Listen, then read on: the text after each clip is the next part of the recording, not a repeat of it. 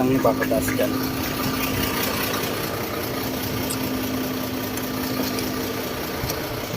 So, papakita ko sa inyo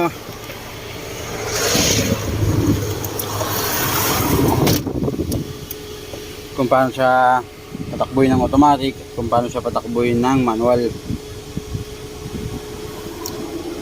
Sa automatic at sa manual, mga kabady, kailangan nyo tumapak ng clutch bago nyo siya paabantihin. Ganoon din sa automatic, kailangan nyo rin tumapak bago kayo mabante.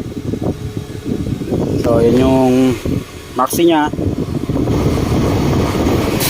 ilaw, wiper. So pasensya na kayo sa dashboard natin, may cancer na yun, ayaw na mawala. Tapos double differential. So ito yung cambio nya, cambio nya ng ganyan. Siyempre tapak muna kayo sa clutch. So makikita nyo naman dito, lumalabas dito yung kung anong cambio na kayo. So ayan, bigyan nyo pa kanan. Yan, matik yan, lumalabas doon. So manual yan ha, manual. So ang dagdag nya, tulak nyo pataas, bawas, tulak nyo pababa, neutral, tapos reverse. Yan, reverse. So hali kayo at subukan natin kung paano patakbuhin. Maxi. So bago kayo lumiko guys, itigin nyo mabuti yung likuran nyo, kasi pag lumiliko kayo kumapalo yung likuran ng straight track, lalo na itong 10 wheeler at saka 12 wheeler. Sa mga gusto matuto dyan na mag drive ng mga ganito kalalaki, lagi nyo titignan yun pag lumiliko kayo. So yan guys, manual tayo, no? Lumalabas naman dito kapag naka automatic ka o manual. Yan, 12 speed nga pala to mga kabady. So shoutout sa mga pahinanti ko, si Nilon, si Robert, Joel. Yan.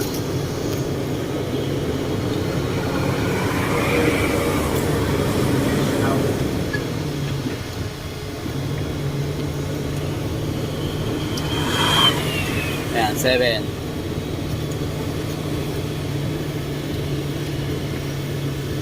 So pwede rin na kayong testingin naman natin ngayon yung automatic nya.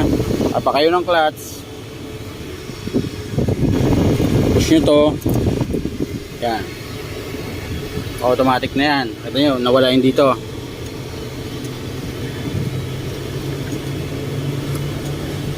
Disclaimer lang po, no?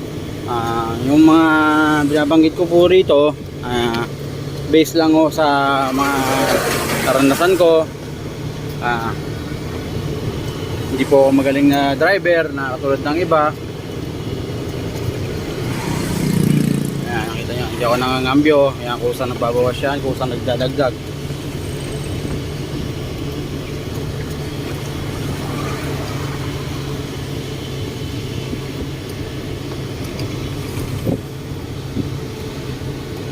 Exhaust nyan, ito, babaan nyo lang yun ng ganyan. Exhaust na yan. Ang exhaust nito mga kabady, dalawa. Yan, downshift exhaust. Pag binitawan nyo yung linyador, kung saan siya nagbabawas. Yan. Pag tinapakan nyo, babalik siya kung ilan yung binawas nya. Yan. Hindi ako nangangambyo yan ha, kung saan siya nagkakambyo. So, shoutout nga po muna pala sa mga kasama ko na truck driver, sa TDP, Biyerong Pinoy, solid truck driver, solid trailer driver.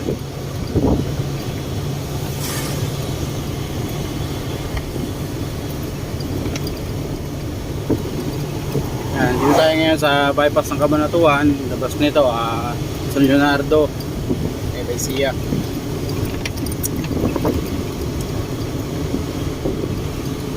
Then na. Ganun lang siya gamitin mga kabady. Yung ano nga pala,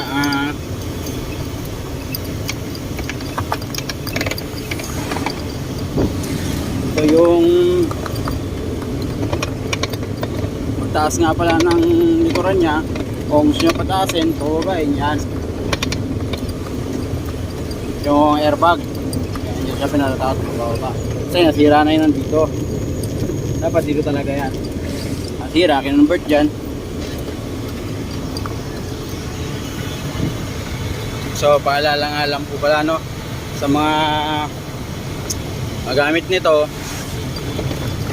kapag loaded kayo, kasi ito frozen to, ayon sa karanasan ko, kapag loaded to, hindi ko ginagamit yung automatic kasi minsan 5 o 8 RPM lang nagdadagdag siya ng cambio.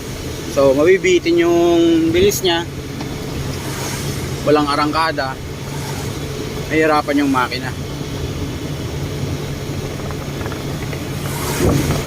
So shoutout din pala sa mga bayo ko,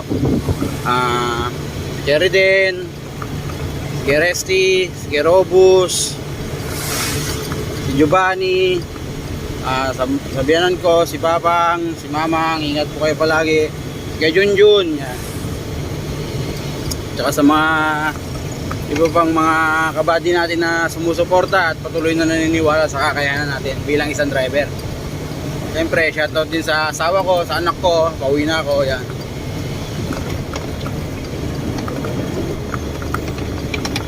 Pag binitawan nyo yung sa linyador, bago siya ng kusa kapag naka-downshift siya na exhaust. Pag tumapak din sa linyador, babalik siya. Ayan, kita nyo, bibitawan ko sa linyador, ha.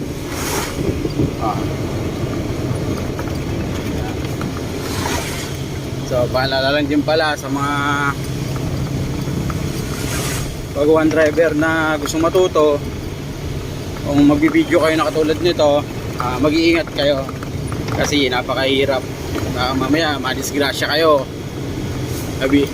masisi pa tayo, sabihin ba't yun si ganito nagbibideo habang nagdadrive, ba't si ganyan si ganito nagbibideo habang nagdadrive. Huwag nyo pong gagayahin kung wala kayong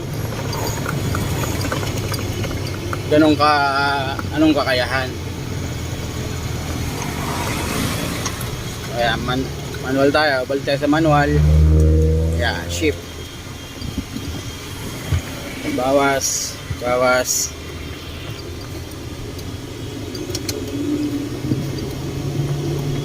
So paano mga kabady, nandito na lang po muna ulit. Pakiusap lang, paki-follow tayo or share man lang kasi ilan pa lang ang followers natin.